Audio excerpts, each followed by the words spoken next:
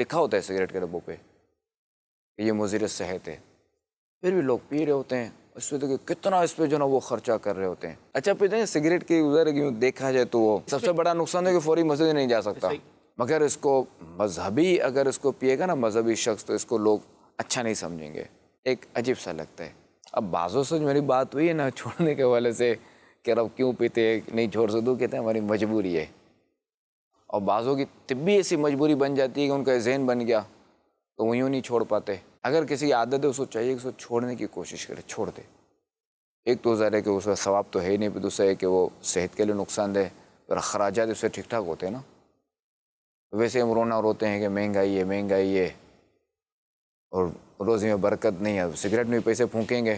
اس میں ڈالیں گے تو پھر کہاں سے کام چلے گا؟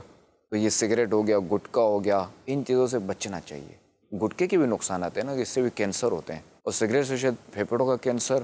اور گٹکے سے تو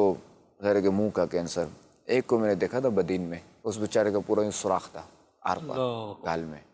وہ تو پتہ نہیں زندہ ہو گیا واللہ عالم۔ اور بھی ایسے دیکھیں کہ جو گٹکے کے عادی ہوتے ہیں نا تو ان کے لیے مسائل ہوتے ہیں، تو منہ بند ہو جاتا ہے ان کا،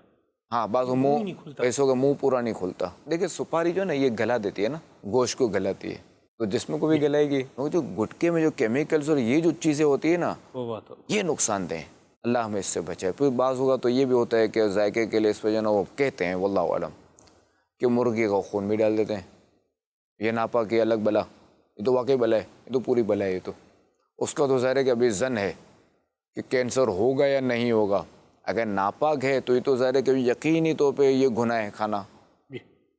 اچھا بعض اوقات کچھ ایسڈ وغیرہ بھی ڈالا جاتا ہے، بیٹری والا پانی جو ہوتا ہے یہ بھی سنا ہے جی، تو ذائقہ بنانے کے لیے،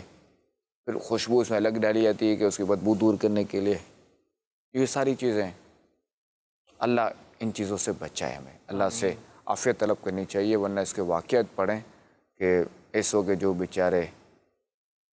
تکالیف میں گزرے ہیں نا اور دنیا سے گئے ہیں، تو ان کے واقعات بندے کو چاہیے پڑھتا رہے، پھر اپنی عادت نکالے۔ امیر سنت کا رسالہ ہے پان گٹکا، یہ رسالہ پڑھنا چاہیے، اور اگر خدا نخواستہ یہ عادت ہے اس کو نکالیں۔